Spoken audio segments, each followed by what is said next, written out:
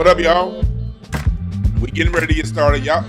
I'm letting music play out for a little bit. Come on in here, chat room. Come on in here. Come on in here.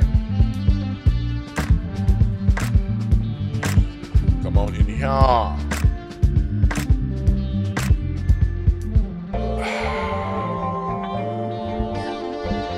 Who won this bullshit ass debate?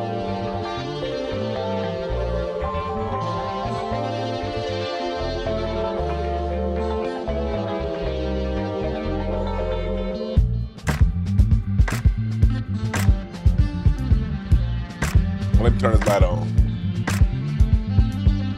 There you go. There you go. Who won?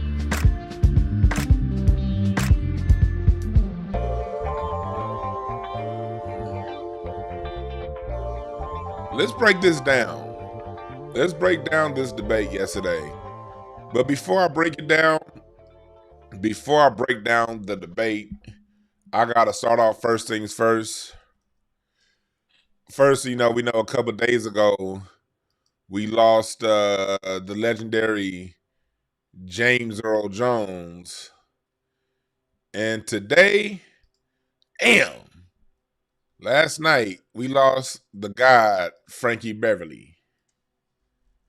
Frankie Beverly and Maze. Man. Rest in peace, Frankie Beverly. Going into, how I love my music. I've just like 3 months ago, I did a dedication to Frankie Beverly on Incense and Ashtrays, and we're going to do another one this week because he deserves one. And Frankie Beverly, that's music. He's all of our uncle, musically. He's, his prime was before, he came out before I was born, and he made music when I was like real, real young.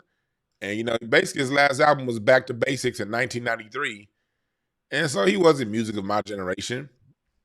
But when you got a father like mine that introduced you to the good stuff, you find it fast, And so my dad introduced me to Frankie Beverly and Maze. And when I got of age to start going to concerts myself, I started going to see him. And my first time seeing him was here in LA at the Universal Amphitheater. Then it changed to the Gibson Amphitheater. We saw him in 2000. Me and my now wife. We was just out of high school. Me and my wife was in our first year of college. When that first summer home from college, he was in LA, and we went to go see him. One of the best shows ever. I saw him at Essence Fest at least 3 times. That's when Essence Fest was at its best, when Frankie Beverly and Maze was headlining it. And I saw him a couple years ago here in LA at the Gardena Jazz Festival. I saw him twice. I saw right the year before the pandemic, 2019. I saw him twice within a month. I saw him at the Gardena Jazz Festival, and then I saw him again a month later at the Greek Theater, and it was amazing. I saw him twice, and so like I was talking about like Lil Wayne and all that shit, and where music is now, how R&B has been degraded. That's what I mean when I talk about how R&B has been degraded, how R&B is not what it used to be, and how rap music, black music in general, when you put up somebody, and it's not to go in on Lil Wayne in particular, but it just that whole genre of music that we elevated to the top in the 2000s, where it was lack of substance. And then you hear people say things like, well, at least they went #1. Drake has 78 #1 albums and blah, blah, blah, blah, blah. Look, man, Frankie Beverly never went #1. Maze never went. They never won a Grammy. They don't have any American Music Awards. They're not an awarded band. They don't have a whole bunch of top hits. But the music, because it was so filled with substance, joy, and love, resonated with the people. And so, although he never went to the top of the charts and stayed there, and all these stupid ass litmus tests y'all give musicians now, because he never did that, it doesn't matter he didn't do that, because his music has impact. It brought together the family. It brought together us as a people. And Frankie Beverly, they never, when that transition from the 70s to the 80s, they survived that transition through staying black. What happened as the early 80s came along, most of your black acts from the 70s didn't survive that harsh transition, because black music was purposely being destroyed. And I talk about this on Patreon in way further detail in my series, The Destruction of Black Music. Part of the destruction of black music was when the 80s came, they lightened R&B. They started making the tempos faster. It became a whole bunch of this, fluffy tail music, Niggas started growing these extra long box shags, and the music came real. Whoa, yeah. And salute to Lionel Richie. But he set the standard. Peabo Bryson's music got wider. Jeffrey Osborne's music got wider. Kool and the Gang went from Spirit of the Boogie to Joanna. I love that stupid ass song. Frankie Beverly and Maze didn't do that. They kept it 100. They kept it black. They kept it to our taste, our tempo. And when everyone else was trying to reach out for them, Frankie Beverly and Maze hugged us with his sound. And he didn't fall for the bullshit. And in return, even when his voice failed him, the last 10 years I went to go see him, the last time I heard him really sing was probably 2009. That's when I saw him in New Orleans, 2007. That's when I saw Frankie Beverly and Maze in New Orleans at the Players Union party for NBA All-Star Weekend. That was a dope fucking show. It was NBA Players Union Weekend. That's when I met Magic. That was the same night that I told y'all a story about Soulja Boy getting cussed out. Not Soulja Boy, Chamillionaire, when he got cussed out by Michael Jordan. When Chamillionaire came to him, wanted his jersey signed. I was 10 feet from it when it happened at Michael Jordan's party. And so when y'all go back and watch that story on Chamillionaire, I tell that same exact story because I was like 10 feet from him when it happened. But that was the same year at the Players Union party, before the Michael Jordan party, man, Snoop Dogg opened up for Frankie Beverly and Maze. And it was just dope. It was like, that was the year I remember I wasn't too far from Magic Johnson and Dominique Wilkins. I wasn't with them, but it was just dope, chopping it up with them while Frankie Beverly was on stage. Hell, even Yao Ming was looking at it. I could tell Yao Ming was looking like, who the fuck is this on stage? This is back in the Yao Ming day. That was the only time I've ever seen Yao Ming, 7'7". Shaq, everybody. That was one of the funnest nights of my life. Snoop opening up for Frankie Beverly and Maze in New Orleans at NBA All-Star Weekend, Players Union Party 2007. That was like, this dude has done so many of my memories. But going back to my point I was making about the 80s. The 80s, they was taking the politics out of music. They was taking all that. They were speeding the tempos up and really removing the blackness from the music, from the sauce. Frankie Beverly didn't do that. And in return, even though he stopped singing 15 years ago, every time he came, he sold out. The people still came to support Frankie Beverly and Maze, regardless of how his voice was, regardless of how raggedy he was singing. We still loved on him. So to me, Frankie Beverly and Maze is a model of. He shows me that you don't need mass appeal. You don't need everybody. I don't care about being worldwide famous. Frankie Beverly shows that if you go hard for your people are gonna go hard for you.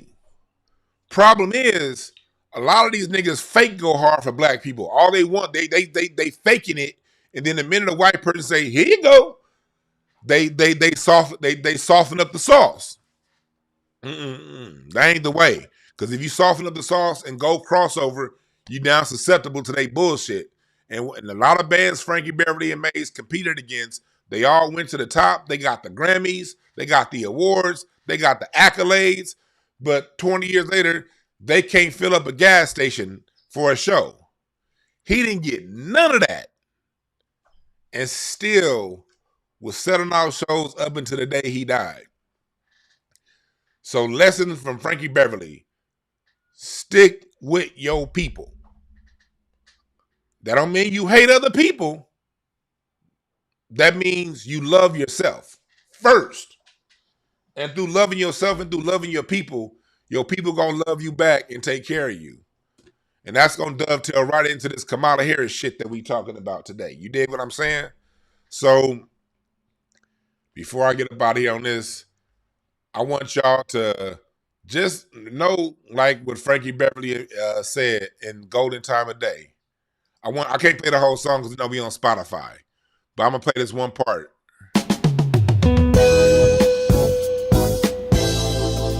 Y'all know that. Y'all know that. But it's a lyric right here that I want you guys to take on when he sings it. Where is it?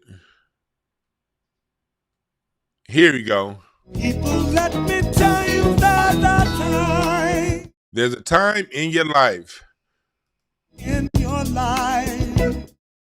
When you find out who you are. When you find who you are. That's the golden time of day. The golden time of day. Watch these lyrics. The golden time of day is when you search down deep inside and find out who you are. Look at this part right here. This line. This is spirit right here. This is God talking right here on this line. When you feel deep inside. When you feel deep inside all the love you're looking for, don't it make you feel okay? Like the time of day when the sun is going down. That time when things feel good. Basically what he's telling you, if you want the golden time of day in your life, is you have to feel the love you want from other people. In today's world, everyone's focused on, oh, everybody hating on me. Don't nobody like me. Nigga, you ain't that goddamn important. If you don't like yourself, ain't nobody gonna fuck with you. Period. If you want people to fuck with you, you gotta fuck with yourself first. You show people how to treat you based on how you treat yourself. You show people how to view you based on how you view yourself. And that's something that Frankie was trying to tell us in some smooth nigga soul gospel music. You dig? So remember that. Can't you see it shining? And when you play the drums on a 4, that brings family together. That's the tempo of bringing things together. 1, 2, 3, 4. 1, 2, 3, 4. He knew the whole sauce on how to bring it all together. So you gotta feel it. You gotta feel it. That's what Reverend Knight used to say. That's what Buddha says. That's what the Hindu Kamala's God say. You gotta feel what the fuck you want and what you're looking for. And Frankie Beverly and Maze gave us that feeling in music.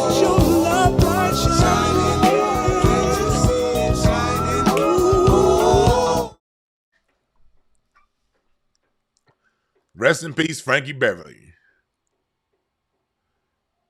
Appreciate the super chat. I love my ad block. Said I saw amazing Frankie Beverly in Germany in '89 with Shaka Khan. God damn, that was a dope ass show right there. Yeah, Larry Graham is underrated. But remember, Larry Graham was part of Sly and the Family Stone. He wasn't with Frankie Beverly and Maze. But they did come together because Frankie and Beverly and Maze left Philadelphia as a band called Raw Soul, went to Oakland, named Raw Soul, got discovered in Oakland by Marvin Gaye. And then after being discovered by Marvin Gaye helped them change their name to Maze. They moved to LA. The rest is history. Anyway, I know that was a long, but look, Frankie Beverly deserves no less. All right? So now let's get into this bullshit ass debate. I wasn't about to get into this bullshit debate without honoring one of the gods of music first. We gotta honor those who did it right. And and Frankie Beverly and Maze was one of them. These artists, for those of you going around talking about, well, such and such has so many number ones. I promise you, Drake would not have the kind of love that Frankie Beverly and Maze had 70 years from now. Promise. 30 years from now. It's not going to happen. 30 years after your last hit, you still selling out arenas? That's because you put love in your music. Got to put that love in your music. You got to put that love in your music. Speaking of putting love in music, right before I get started again, I finished my last interview yesterday for my documentary. I finished my last interview. My man, Kenneth Crouch. We really broke down.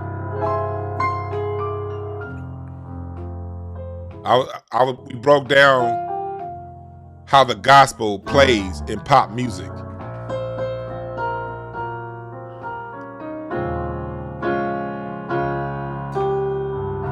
We was breaking down. This is my documentary on the evolution, on how the gospel roots of all pop music.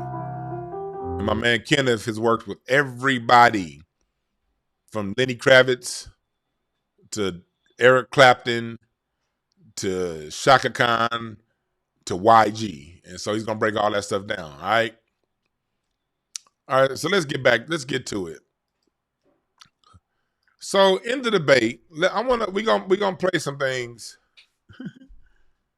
This nigga right here said.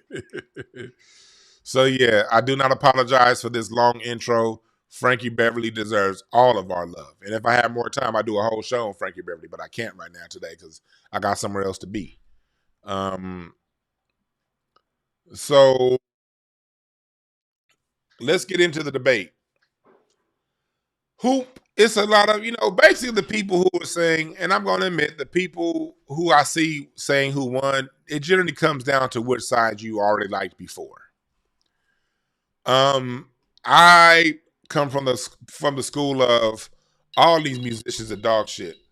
Hey, hold on. This is an important call. This is a very important call. Hold on 1 second. Hold on, Pops. Hold on one second, Pops. Hold on. I'm playing a song for y'all real quick.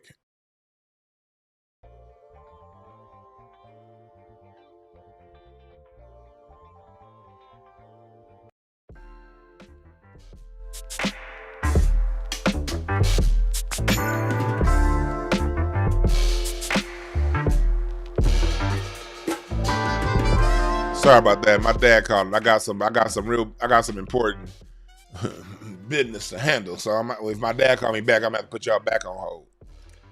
All right. Matter of fact, what I'll do is next time my dad called back, I'll play some Kamala video because we got some video to go over right here anyway. In the debate, I don't care about either side. Sorry about that. My dad called. I got some important my own video. So when it comes down to it, what we see, me personally, I don't care about either side. The way I see it, we have a German versus an Indian fighting for who's going to control America. That's fucking crazy if you ask me. First time in American history, you're going to have two people running for office who has a parent that wasn't born here in the United States. A parent or two. So this is the first time in history. Before that, every president that run had, but for the most part, before Obama, both parents born here in the United States. So just as a citizen of the United States, that's concerning. And it's no offense to people who have different backgrounds, but you have to understand my background and my culture. And my background goes back to the colony of Virginia in the year 1640 here in what's now known as the United States. And before that, but we're just talking about from the colonial times. So I've been here pre-colonial times. And so being someone that's been from this soil on both sides, pre-colonial times, all of my ancestors, that's number one that's concerning. We have a German versus an Indian running for who's going to control this country. I'm not a fan of either one, but if you go back to my tweets, I didn't give a fuck about Donald Trump. Matter of fact, I blame liberals for him even being famous. I hated Donald Trump when I was a kid. I remember asking my dad, I was like, why is Donald Trump famous? My dad was like, because he white. He rich and he white. I love my dad. He was like, because he rich and white. Yeah. They made him famous in the 80s and the 90s, giving him names like the Donald. So the liberals are the ones that put him on. And everything that they're attacking him with when it comes to race politics and all that stuff, he was guilty of.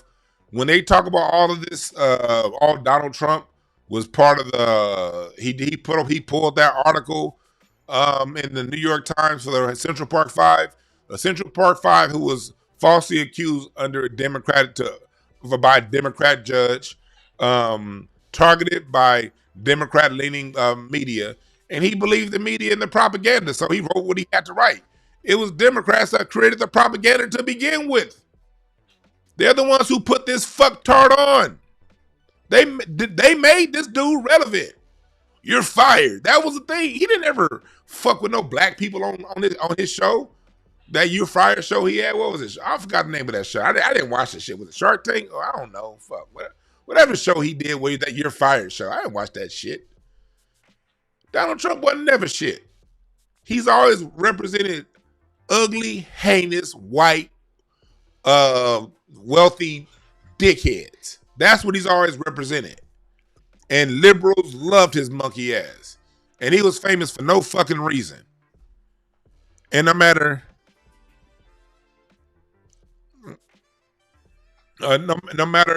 how much he would be racist towards black people in public, no matter how many times he would deny black people housing, liberal white Democrats didn't give a fuck about how Donald Trump's always been racist towards us.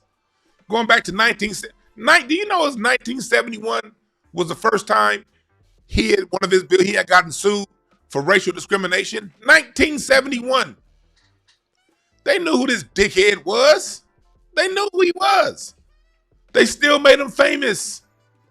So all of this, Donald Trump's a bad guy. Y'all put him on. So I don't want to hear none of that shit. Because as long as he was just racist to black people, y'all did not give a fuck. So Donald Trump is the monster that the liberals created.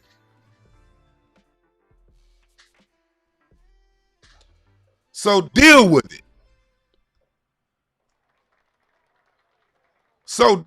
Y'all created this monster.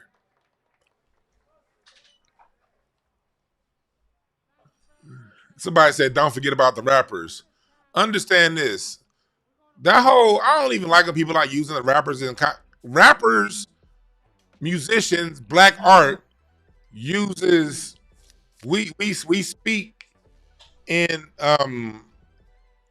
in double and triple entendres. It's suggestive. It's not literal. If a rapper's talking about wealth and power, they're going to use the name in the early 90s, Donald Trump, because instead of saying I'm powerful and I have a lot of money, I could just drop his name. That's going to tell you everything else you know.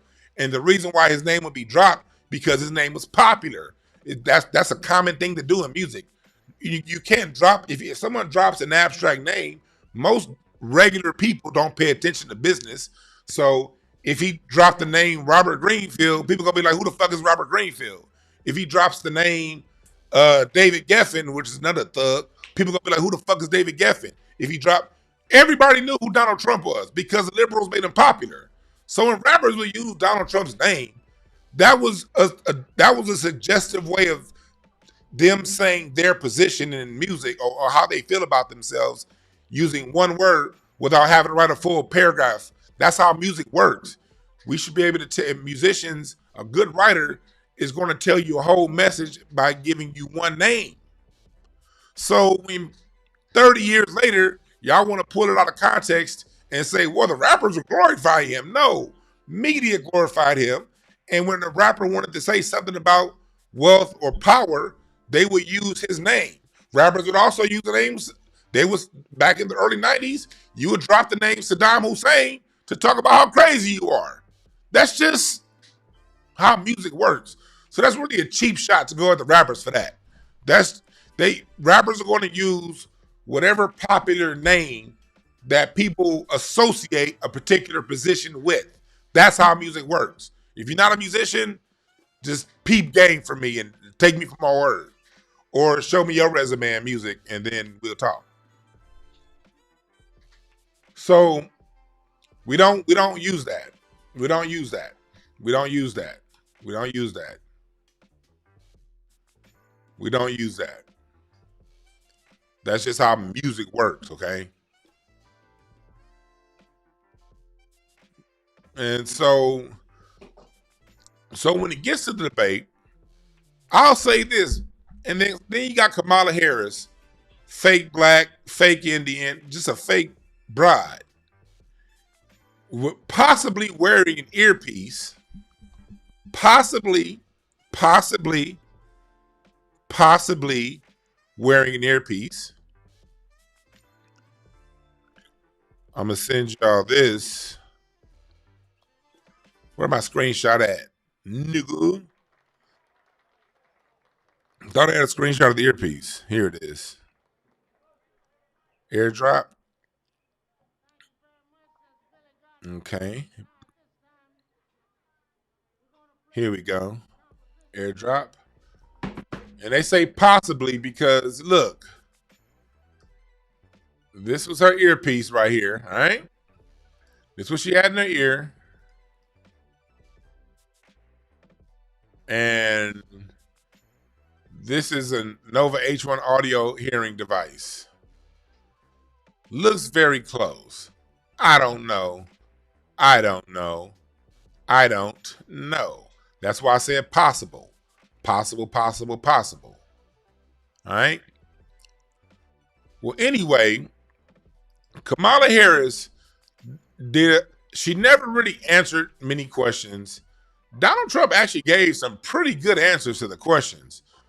But what happened was most people, because most people have the attention span of a butterfly, they got caught up on him talking about feeding dogs and that whole thing, and the illustration that Donald Trump about people eating people's pets. Now, we all have seen videos this past week of people, of one person sliced the head of a goose off in a lake. We have been seeing this kind of stuff. I don't know if people were necessarily going in people's backyards taking their dogs, but we have seen videos of what's going on in Chicago and different areas with migrants, basically taking some of the wildlife that's just walking around and yak, yak, yak, yak. Let's have dinner. But you know, the people that with the attention span of a butterfly are going to latch on to whatever they need to latch on to not deal with the issues of the day. I thought that Donald Trump did a really good job of giving comprehensive answers. Did he lie? Of course. Did Kamala Harris lie? Hell motherfucking yeah, her monkey ass lied. She lied like a motherfucker. And yes, the moderators were on Kamala Harris' side. I'm saying that straight up. Because the reason why I'm saying that is, one, her homegirl is her soror. One of the moderators is apparently, allegedly, one of Kamala Harris's sorority sisters. How that happened, I don't know. And if you're asking me, Dewan, well, how did the moderators lean towards Kamala Harris? It's because they fact-checked Donald Trump, but they never fact-checked her. Did Donald Trump lie? Yeah. But did she lie? Hell motherfucking yeah. And her lies weren't checked. And she was never zeroed down on how she was going to handle the border. He kept bringing the border up. She kept running from it. And so watching this objectively, not having a dog in the race, Donald Trump won that from the objective point of view. If you're just talking about, okay, here, these are the only two choices I have to run this country. Who's going to be better on this whole war in Ukraine? He comprehensively answered how he's going to handle the war in Ukraine. She didn't. She has no plan. Matter of fact, Kamala Harris talked about how she's going to continue to arm the Ukraine. I'm tired of the United States arming these fucking countries. That shit needs to end. Why the fuck is we paying for their little bullshit ass war? Why is that something that we as Americans should be continue to want to foot the bill for? if I'm going to listen to one of the two, I'm going to at least listen to the one that's talking about some kind of plan to stop it. When Kamala Harris went on and on and on about how she ain't stopping shit. She basically said, we're going to let this shit roll. So this is a lot of things that I saw, you know, going into the debate. Yeah, Disney does on ABC. AZ. The only thing hurt was your asshole where your uncle played with it. Boy, don't fuck with me. Back to what I'm talking about. Back to what I'm talking about. So, yeah, that's what's going on. That's what's going on with this whole situation. What we're about to do is we're about to play some video. We're about to play some video of the debate. But before I get into video of the debate, what I need you to do is to get some of this shit right here. Right here. Intellectual power. Hey, mods, I have the link pinned at the top. Can you, mods, can you, throughout the rest of the program, keep putting the link and reposting the link to Intellectual Power? Go to intellectualpower.net, because at Intellectual Power, that's where you're going to get this brain stimulant. You know me, I'm all about that mind. I am a king of clubs. That's my card. As a matter of fact, today, September 11th, today is a king of clubs day. So it's a day of my card. And if you know my cardology, the king of clubs is the card of mind. If you're in a club suite, if your birthday is today or any of the next 12 days, you're a club. If you're a club, you're all about mind. Your mind got to be sharp. Your mind got to be moving. And even if you're not a club, whatever you are, you want to be sharp with your mind. And this right here, after over a month on this, coming up on month number 2, actually, matter of fact. I'm over here, still got the Frankie, Beverly, and May still up. Good Lord. Here we go. Got to go to intellectualpower.net to get some. Take this here. Keep your brain sharp. You know me, I got a lot to do. I got properties to manage. I got to go down to the Section 8 office later on today to submit some paperwork for one of my tenants. I got to get my goddamn flat tire fixed. And I'm going to listen to some live music tonight, you know? So I got to have my mind right, and I got to be fresh. So go to intellectualpower.net and get yours right now. Right now. Right now.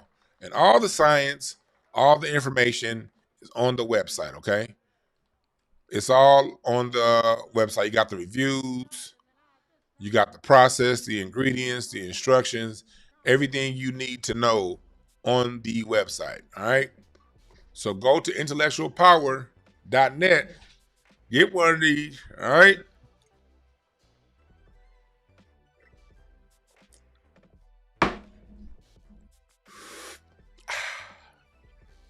Now, let's get in on this debate. We're going to play a few different parts, and then I'm going to give you my analysis of what was said, all right? This is what we're going to do. This right here, let's listen to this first part. You, because he is more interested in defending himself than he is in looking out for you. That's just a soundbite. They gave her that to say. Look, I went to the Wharton School of Finance, and many of those professors, the top professors, think my plan is a brilliant plan. It's a great plan. It's a plan that's going to bring up our worth, our value as a country. It's going to make people want to be able to go and work and create jobs and create a lot of good, solid money for our country. And just to finish off, she doesn't have a plan. She copied Biden's plan, and it's like 4 sentences, like run, spot, run. 4 sentences that are just, oh, we'll try and lower taxes. She doesn't have a plan. Take a look at her plan. She doesn't have a plan. Mr. President, I do want to drill down on something you both brought up. The Vice President brought up your tariffs. You responded, and let's drill down on this, because your plan is what she calls is essentially a national sales tax. Your proposal calls for tariffs, as you pointed out here, on foreign imports across the board. You recently said that you might double your plan, imposing tariffs up to 20% on goods coming into this country. As you know, many economists say that with tariffs at that level, costs are then passed on to the consumer. Vice President Harris has argued it'll mean higher prices on gas, food, clothing, medication, arguing it costs the typical family nearly $4,000 a year. Do you believe Americans can afford higher prices because of tariffs? They're not going to have higher prices. What's going to have, and who's going to have higher prices, is China and all of the countries that have been ripping us off for years. I was the only president ever. China was paying us hundreds of billions of dollars, and so were other countries. And, you know, if she doesn't like them, they should have gone out and they should have immediately cut the tariffs. But those tariffs are there 3.5 years now under their administration. We are going to take in billions of dollars. So I want to talk about a few things that they talked about right here. I want to talk about a few things that happened. One, those tariffs. Create jobs and create a lot of good, solid money for our country. Is what she calls is essentially a national sales tax. For our country. And just to finish off, then he isn't looking out for you. That's just a soundbite. They gave her that to say. Look, I went to the Wharton School of Finance, and many of those, like 4 sentences, like run, spot, run. That's 4 part. sentences that are just, oh, we'll try and That's lower the part taxes. I want to get back to. She doesn't have a plan. Take a look at her plan. Create jobs and create a lot of good, solid money for our country. And just to finish off, she doesn't have a plan. She copied Biden's plan, and it's like 4 sentences, like run, spot, run. She does not have a plan. And then she copied Biden's plan. Let's go to Kamala Harris' website.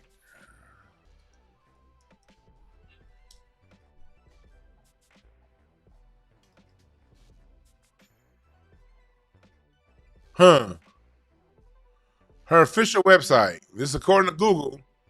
The homepage just has donations. Okay. Kamala Harris for president. Okay, let's go here. More donations. God damn. She asked for more donations than a Kojic church. God damn, how many offerings you want? No. Okay, issues. Okay. Okay, she strengthened the website up. They had a chance to do this. This is nothing right here. The whole. She said, like right here, look. She said, we'll provide first-time home buyers of $25,000 in help their down payments. But in her speech last week, she said $25,000 tax credit. They did not caution her on that and clear up the confusion between tax credit and $25,000 down. Take down bad actors. Okay, there's no plan for this. This is old people. Okay. Through a pathway to middle class to affordable quality education. Remember her and Trump. I mean, her and Biden. They ran on clearing all student loan debt, didn't they? So yeah, it's this is they pimping over here. Give me some money, bitch. That's what they want. I want the money. 4 sentences that are just, oh, we'll try and lower taxes. She doesn't have a plan. Take a look at her plan. She doesn't have a plan. Mr. President, I do want to drill down on something you both brought up. And then he brought about the point about the tariffs. I like the idea of the tariffs, actually. Because America imports most of its goods these days. We don't really manufacture them. And these trade agreements that we've signed over the years where we outsource the manufacturing of our goods weren't taxed. And tariffs are a way to compensate for goods and services that are created outside of the United States. And they work effectively. And I got to give him credit. And also understand where when it comes to tariffs, when it comes to tariffs, That's something that was created in Al-Andalus. That's something that was created by the Moors, a way to tax people in and out, that come in and out and exporting goods. And they got, quick history fact before we get back into the debate, they got that idea from the Moors who conquered Spain and in Europe from 711 and ruled Europe 711 to 1492. They had a ruler named Tarif, and they created a city called Tarifa. And here out of Tarifa, and what was then Al-Andalus, was now known as Spain, Tarif built this castle. And out of this castle, when groups and countries came into the Mediterranean Sea, they got charged a tariff, a tax. If you're going to trade and come to the Mediterranean and come inside from the Mediterranean Sea out to the Atlantic Ocean, if you want to do any trade here in Europe and leave these borders and then trade outside of Europe, you had to come through this small little point where Tarif assessed a tax on goods and service, and that came to the king and to the queen of the Moorish monarchies in the south of Spain. So the United States gets this whole tariff thing from the Black Moors of Spain. Quick history lesson. So, back to this debate. It's some more points I want to bring up. So that's actually a good plan. And when Trump said that it's his plan to bring more tariffs on these countries, I say yes, that's where the money needs to go. It needs to be tariffed by them. I like hearing the president or potential president talk about potential tariffs on other nations so that they don't get to just siphon money out of the United States economy without putting money back into the United States economy. And I think we should all be on that vibration when it comes to this country exporting the goods, when it comes to goods being imported and exported. That's good for everybody, whether you're a Democrat or a Republican. Mayor put it back in writing, as you know. I said, this is going to be a very big rally or whatever you want to call it. And again, it wasn't done by me. It was done by others. I said, I'd like to give you 10,000 National Guard or soldiers. They rejected me. Nancy Pelosi rejected me. It was just 2 weeks ago. Her daughter, Just talking about the January 6th bullshit. has a tape of her saying she is fully responsible for what happened. They want to get rid of that tape. It would have never happened if Nancy Pelosi and the mayor of Washington did their jobs. I wasn't responsible for security. Nancy Pelosi was responsible. She didn't do her job. The question was about you as president, not about former Speaker Pelosi. But I do want. Well, you see, this is what we mean by the speakers being biased. He was answering a question about January 6th. And every time he says something, one of the two moderators would always have a quick correction for him. But they never correct Kamala Harris. I don't mind. As a matter of fact, I'm cool with my moderators correcting. But correct everybody. Don't let one be corrected while you allow the other to not answer questions and get away with complete bullshit ass lies. That ain't cool. That is not cool.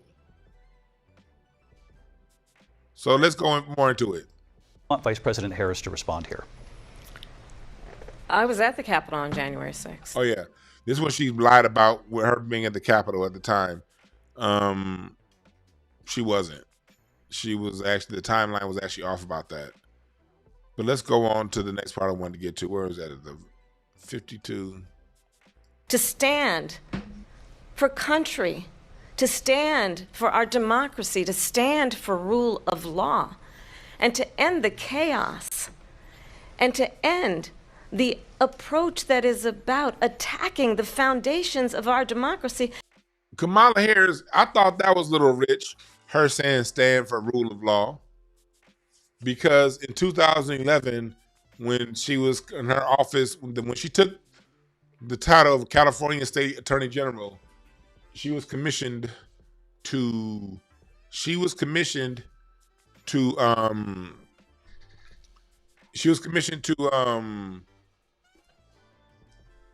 release prisoners from California. She was commissioned to they said Californian prisons were too overcrowded.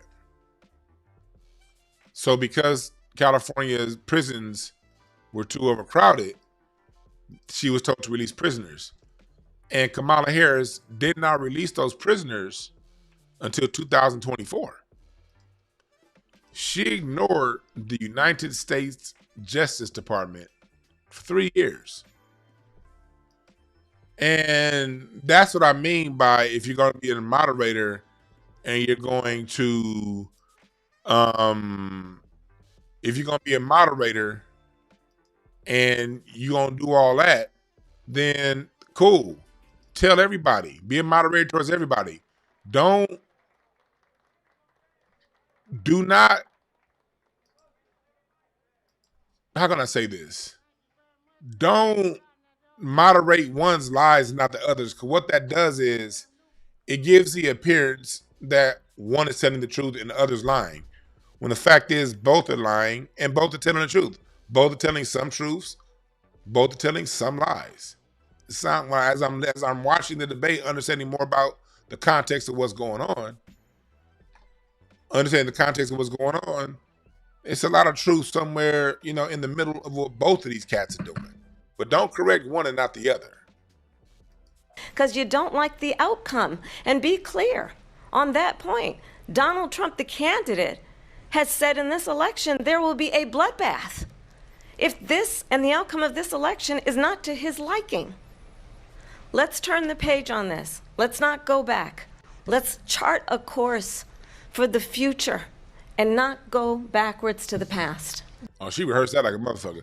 Understand this about these stupid ass political parties.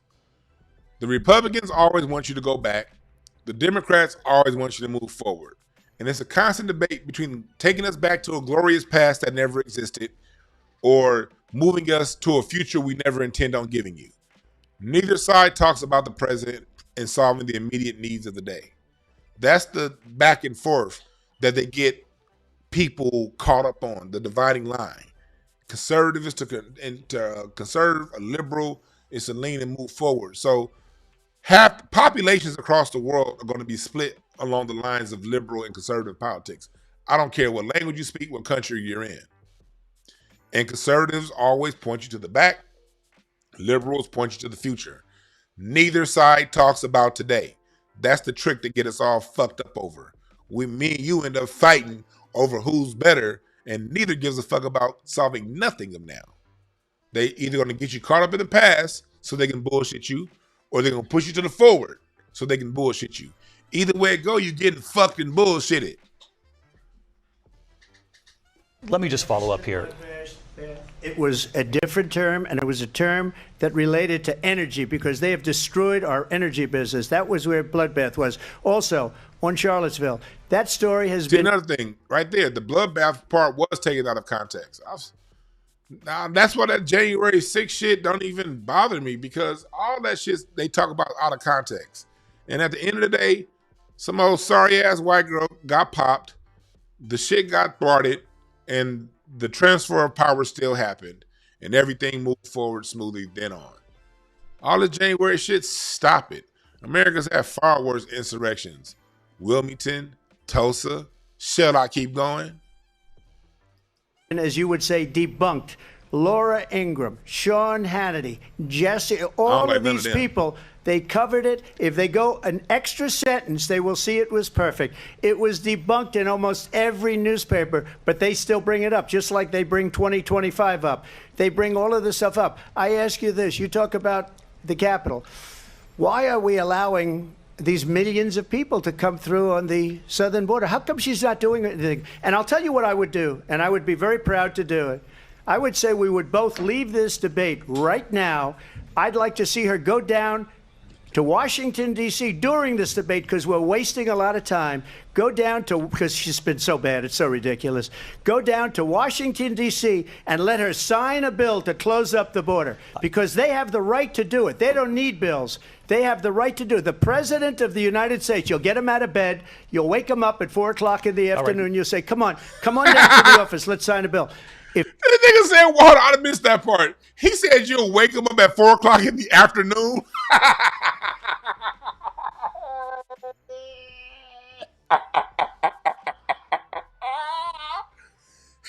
He said you get him out of bed. Oh, that shit was funny. That shit was funny. I don't give a fuck what side you leaning towards. If you can't laugh at that, you a dickhead. If you can't laugh at that, that's funny to the motherfucker. But he's not lying. The president has the power to sign an executive order now. The Patriot Act gave him that kind of permission. The president does actually have the power to close and seal the borders at any time. That's how they can do it. Now they can be sued and they can get caught up in court by one of the federal courts. It can definitely be challenged by a federal court, but it can still be done before being challenged. But let's listen to that part again. they have the right to do it. The President of the United States, you'll get him out of bed, you'll wake him up at 4 o'clock in the afternoon, you'll say, come on down to the office, let's sign a bill. You'll wake him up at 4 in the afternoon.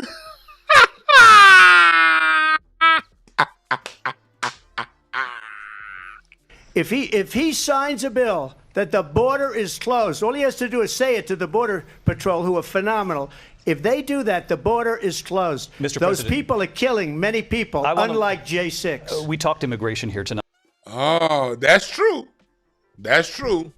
They ain't killing millions of people, but they are killing people. You know, that whole thing in Colorado not being taken serious about, you know, the migrants taking over that apartment building, and even though that's been confirmed by all the credible news sources, the fact that the Biden administration is being quiet about that's concerning as a citizen of the United States. What protections do we have over our house and home? Especially when you're talking about bringing Democrats in who's saying they want to put all these gun laws. Criminals don't obey gun laws. So if we have the guns that the Democrats want us to have, that means whatever criminals coming, they're going to get whatever the fuck guns they want. Because guess what? They don't care about the law. And law-abiding citizens are going to be left with 6 shooters. That matters. I don't care what you say about this stuff. This stuff is happening in real time. And those people aren't getting help. The only thing you're going to have is your own boomty-wham, boomty-bam. That's going to be the only thing that's going to save you. So if y'all not going to say anything and act like this whole thing isn't going on in Colorado, and you're talking about taking our guns, whose side is you on?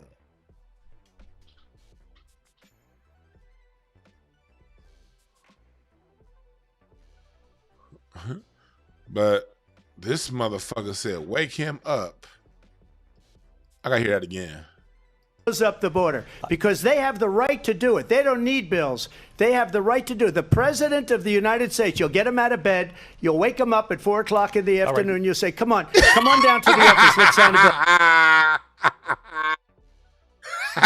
bill.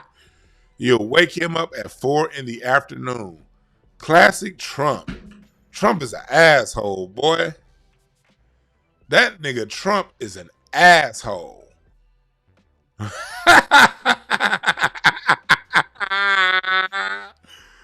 Oh, shit. Even Kamala is laughing at that. I'm going to go back to this part that I missed. There, and then showing them in a different light. So she can't talk about that. People don't leave my rallies. We have the biggest rallies, the most incredible rallies in the history of politics. That's because people want to take their country back. Our country is being lost. We're a failing nation. And it happened 3.5 years ago. And what's going on here, you're going to end up in World War III, just to go into another subject. What they have done to our country by allowing these millions and millions of people to come into our country, and look at what's happening to the towns all over the United States. And a lot of towns don't want to talk. It's not going to be Aurora or Springfield. A lot of towns don't want to talk about it because they're so embarrassed by it. In Springfield, They're eating the dogs, the people that came in. They're eating the cats. They're eating the pets of the people that live there. And this is what's happening in our country, and it's a shame. As far as rallies are concerned, as far as the reason they go is they like what I say. They want to bring our country back. They want to make a... That's the whole dogs and pets part that people are getting stuck on. Are people getting their dogs and pets eaten? I don't know. I haven't seen any verified links saying that. No, I have not. So I'm not gonna co-sign people's dogs and pets getting eaten. But what he was doing was illustrating the point that there are verified links showing that they are going into public parks and taking geese and ducks and chopping their heads off and eating them. That is happening. They are coming in and killing city wildlife for dinner. That is happening. I don't know about dogs and cats. But we don't act like we ain't seen this.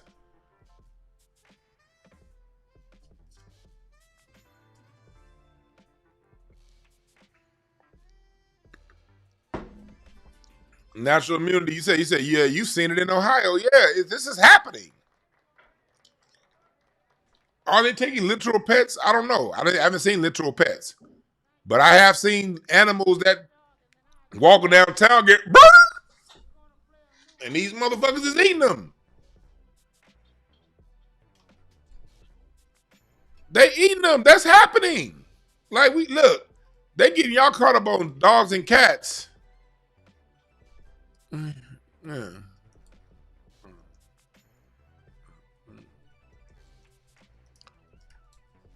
That's happening.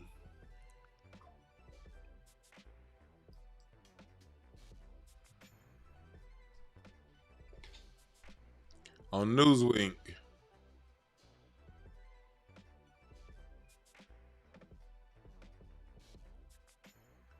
Newsweek is saying no pets have been eaten. Let's see here. They're saying now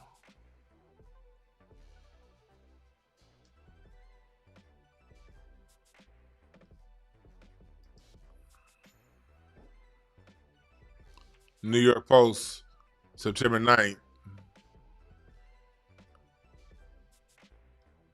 Okay. Come on, I'm New York Post. I ain't giving y'all. I ain't supporting shit. You racist bastards. I'm offended. The New York Post want my money. You racist pieces of shit. Okay, they're saying here that critics are claiming about Haitians eating pets are racist. Okay.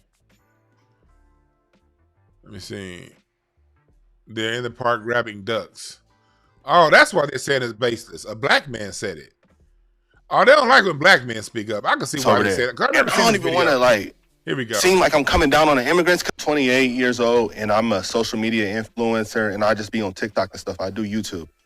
I think it's like kind of odd that like a guy like me has to come out from doing what I do on a daily basis to have fun, because I see what's going on in these streets, and I see you guys just sitting up there in them comfy chairs and suits, and I'm getting out here every day, and I'm broadcasting this, and you guys are just sitting up there in suits or something. Like, I really challenge you guys to get out here and do something. These Haitians are running into trash cans. They're running into buildings. They're running into... They flipping cars in the middle of the street. And it's nothing but immigrants over there. And I don't even want to, seem like I'm coming down on the immigrants, because it's the people that's bringing them down here. Because wherever they're at, that's what they're used to, bro.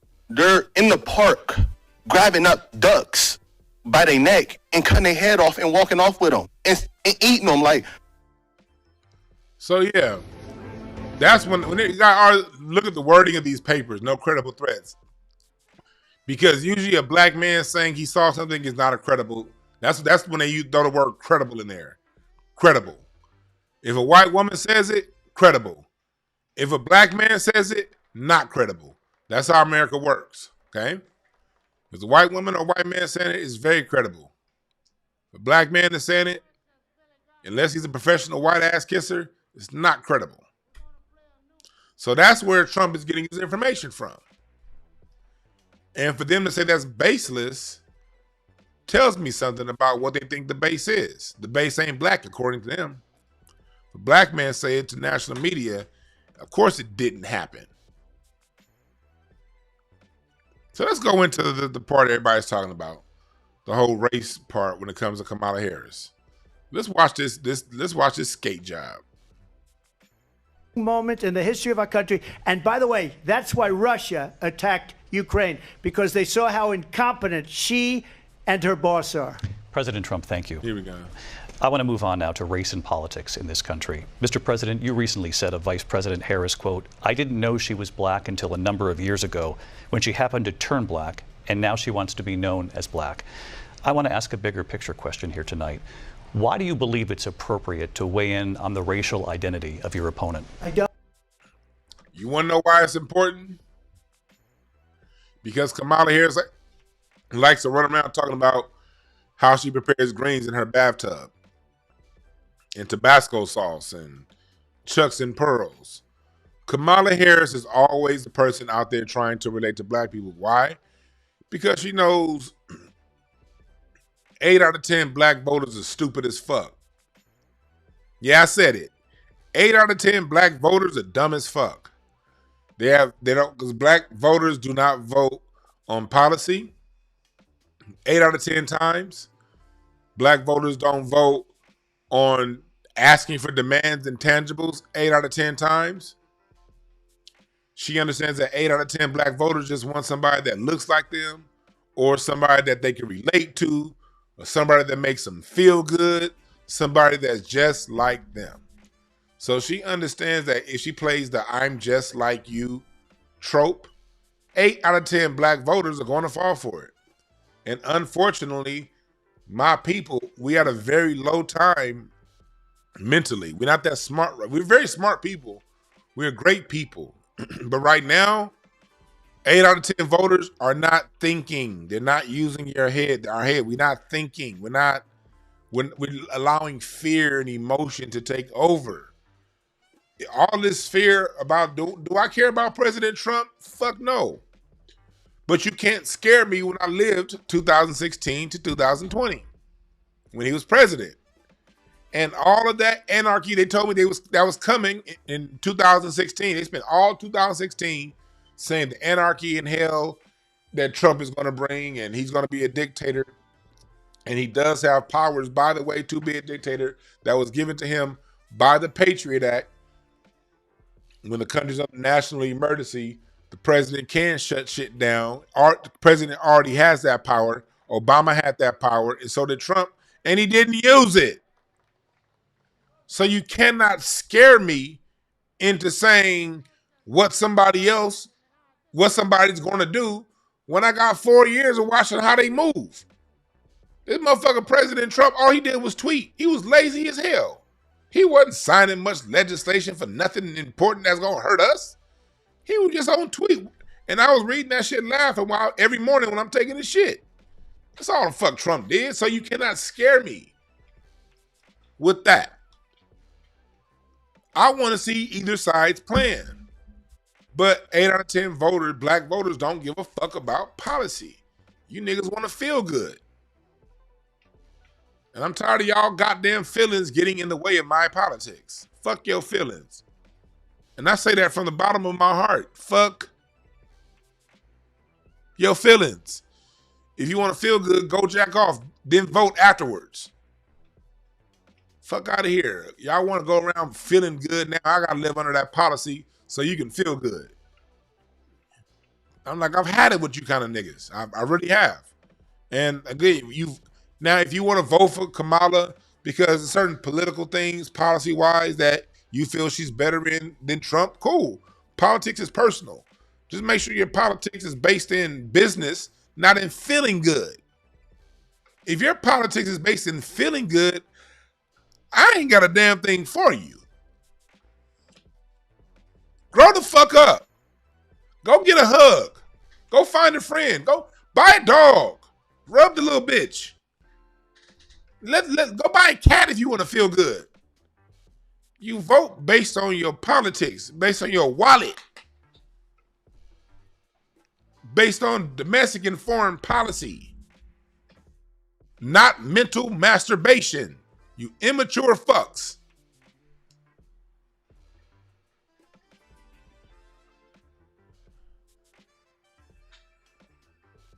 Let's go back to this bullshit.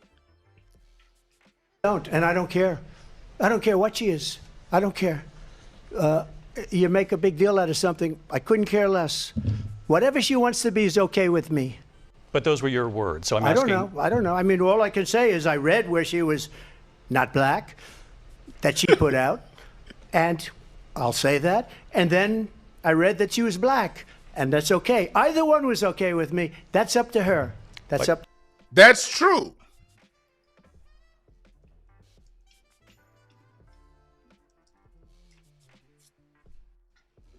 He's not lying. Look.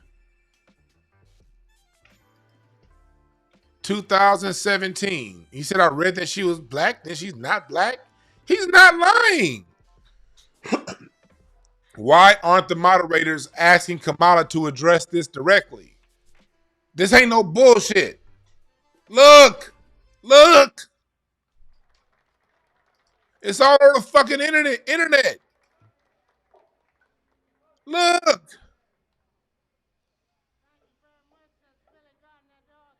Kamala Harris, first Indian American senator.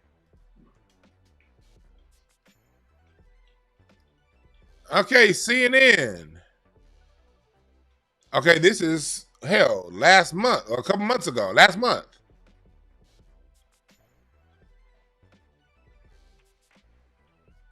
Look at this. She was the first Indian American senator. First female South Asian attorney general.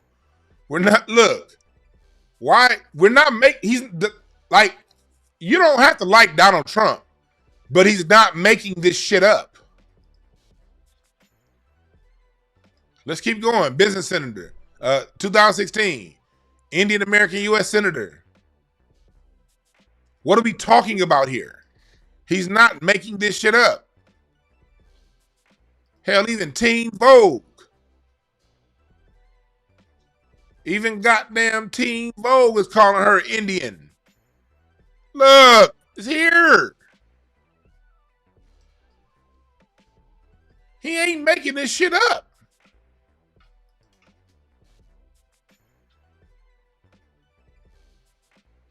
So, if I'm a debate moderator, I'm going to ask her to address this directly, not him for bringing it up.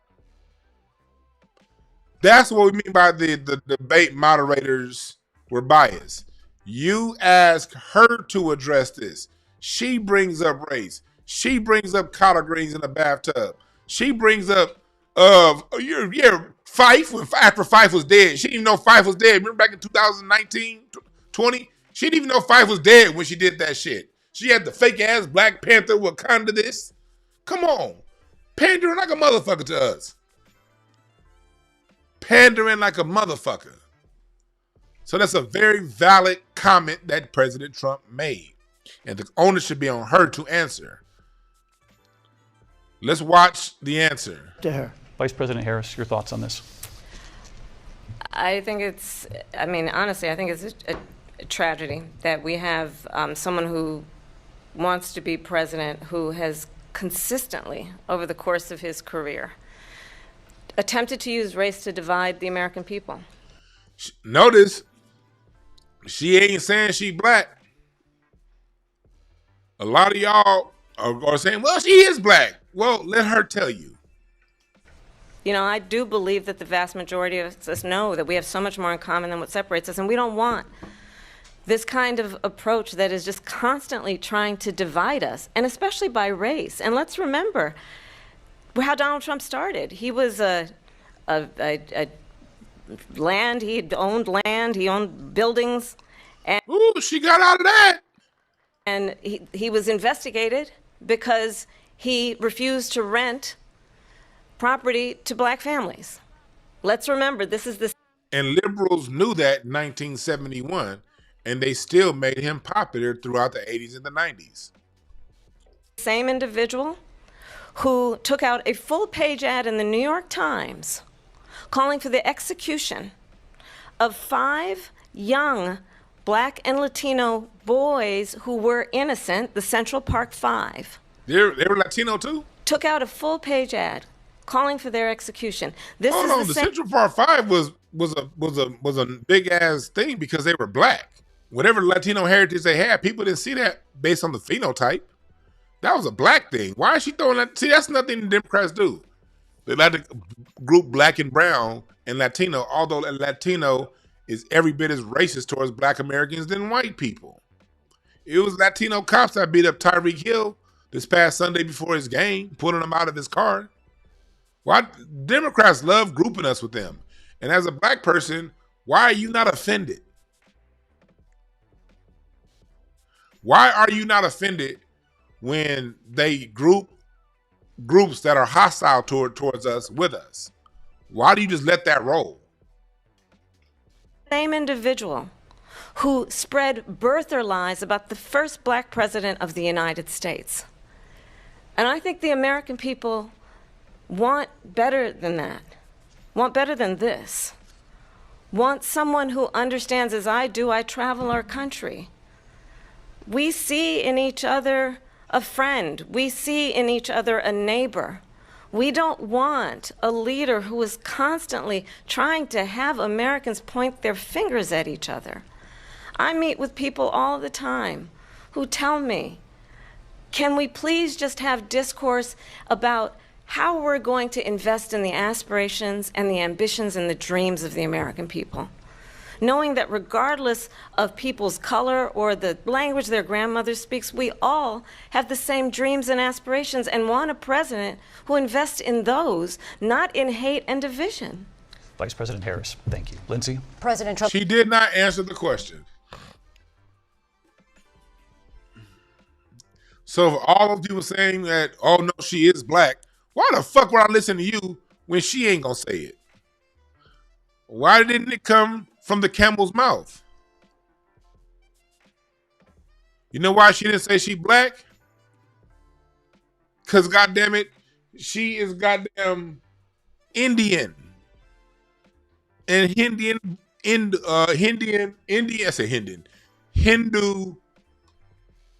Tamil people do not associate themselves with Black.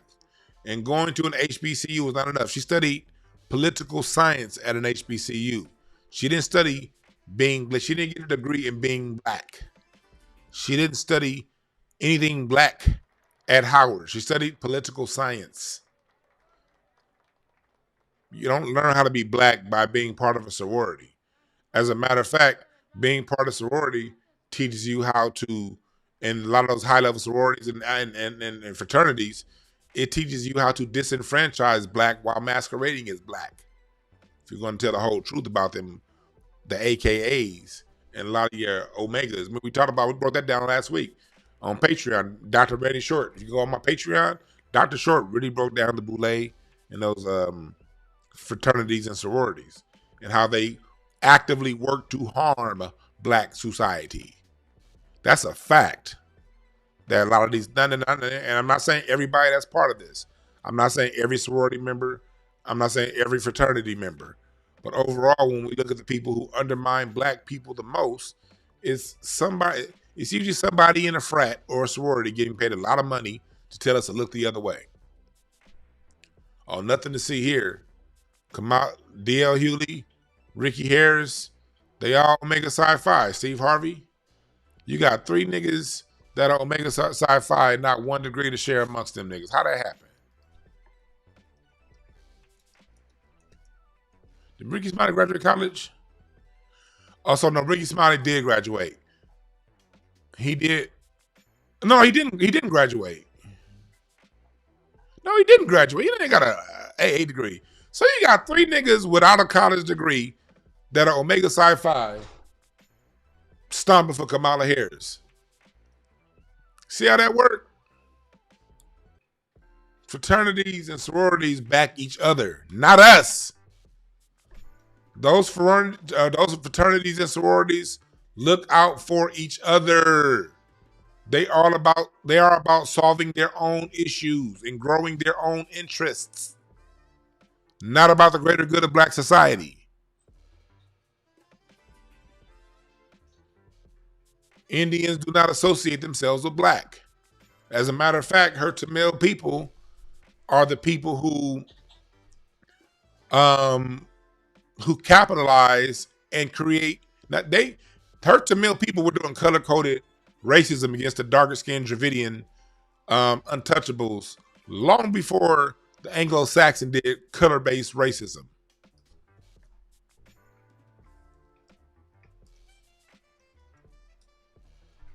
Long before the Anglo-Saxon created color-coded started color-coded racism, India has been doing this, going back well over 1,500 years when the Dravidians were run out of power. Some say longer than that. And Kamala's people are the Chennai people from Chennai, South India. These motherfuckers is dark as hell. That's the problem. Black folks. Yeah, let's Google this.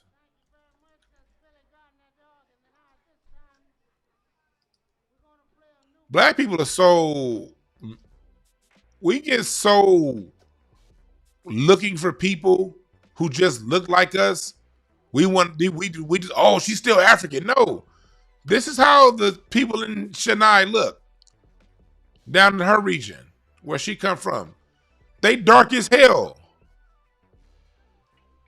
These is dark people. Look at them. And if these women here, a lot of y'all in the chat room, a lot of y'all Kamala fans would be like, oh no, they black. They still black. No, they have a completely different culture that must be respected. If you cover their culture with a flat blackness, that would actually be disrespectful, because these people, these Tamil people, have cultures that have been interconnected and unbroken for well over 1,000 years. These Hindus, over 2,000 years of culture, contiguous culture, that is rooted in the DNA of Kamala Harris. And she was raised and brought up by a woman of this culture. Her father wasn't around. So this is the culture that she was raised in. And they're all very much so dark-skinned ass people. But guess what? You know what their racial classification would be if they came to America? Caucasian. Because India was under the subject rule of the British Empire up until the late 90s, when they finally got full freedom. So although they have contiguous culture, they have an Anglo-Saxon Indo-European mindset, because that was the education system over there for those who were high up who made it up higher up in rankings for the last 200 years, 300 years if you go back to the Dutch East India Company whooping India's ass and taking that fucking country from them. Think about that.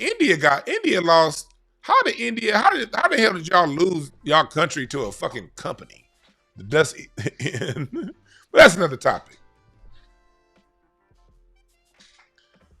So when you go around assigning flat back blackness because you want to feel good, you playing yourself. Because people have cultures and cultural norms. And if you understand and respect other people's cultures, you find out a little bit about that culture.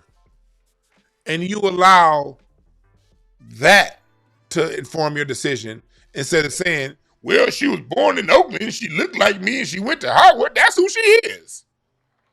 If you don't get those superficial, tertiary ass ideals out of here, you better go deeper if you want to know something.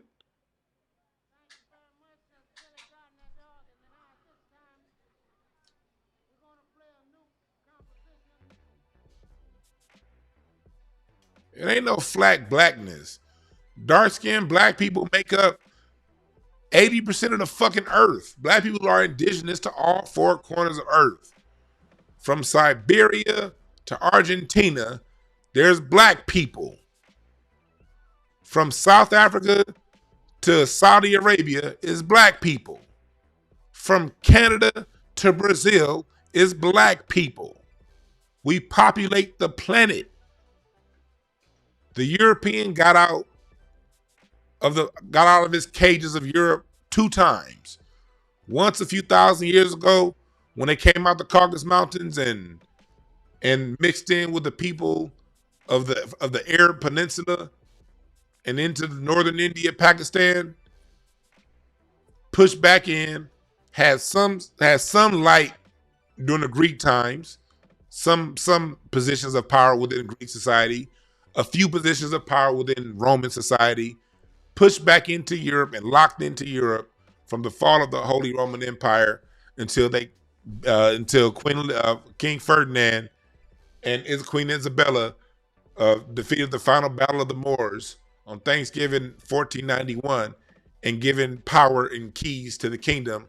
And going back to what I was showing y'all earlier about this, when they lost the Battle of Seville, when the Moors lost this Battle of Seville, right here in Seville, this was the final battle of the Moorish Empire. And this castle in Seville was then taken over. This was the final Moorish kingdom. This palace was built, I think around, don't get me mistaken, but somewhere around the 11th century. And when the Moors lost this Battle of Seville and Ferdinand and Isabella took over this castle in 1492, that gave Europeans the trade routes and the keys to Tarif, where the term tariff comes from. You see how I circled this back from how we started to how we gonna end? We started talking about tariffs, we're gonna end talking about tariffs. When the Moors seceded this land in 1492 and lost, that's why Christopher Columbus was set to sail in 1492, because that was the year that what we now know as modern Europeans got the trade routes, and they got all of those trade routes from the Moors for them to now explore the planet by ship.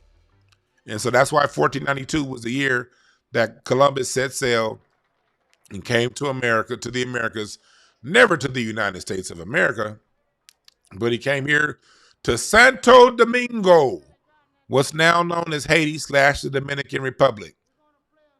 He came here and he set up a whole slave plantation here, and he started his bullshit ass work.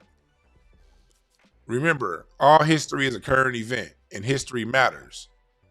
Okay? So Europeans, when it comes to what we're talking about here, they didn't leave Europe until 1492. And that's when the Catholic Church created an edict and divided the world down the middle and gave the West to Spanish and the East to the Portuguese. That's why, and then the only thing out West that was Portuguese was Brazil. And then later on, the Anglo-Saxons up here in the United Kingdom and France broke out from their black rulership, and they created the Protestant church. And with the Protestant church, they gave themselves the rights to claim the lands that were unclaimed by Spain and take the lands that were claimed by Spain. And that's when they got out of their bubble in 1609 and came to America for the first time. History matters, okay? And what we're seeing right now is a battle of two politicians arguing over who's going to win this historical fight between the Moors.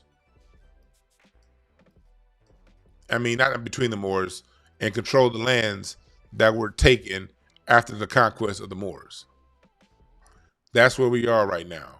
And so this whole planet, before Europeans busted out in 1492, was black. From Alaska to Argentina, from South Africa to Russia. There were black people. They were black people. Alexander Pushkin was Russian. The greatest writer in Russian history was a black man named Alexander Pushkin. And he got Russians speaking Russian because before that they spoke German. Okay? So don't let them think that, oh, she's black, we all the same. No, the whole fucking planet is black. The Aboriginal Australians, black. These are black people down here. The indigenous people of Indonesia, black. But wherever we are on this planet, we have different cultures. And the difference in cultures must be respected and acknowledged and understood. Don't be a socio-political dumbass. Learn that we're all different. And skin color is one of the worst things you can judge a person on, because you're not going to get the accurate depiction of who they are if you only look at what's on their skin. So that was a good question Donald Trump brought up, and it was a poor job by the moderators of not having Kamala Harris answer that question. But either way it go, it's over with, the debate. Hopefully we'll have another one. And understand that, look, man, this is bullshit politics. This is bullshit politics.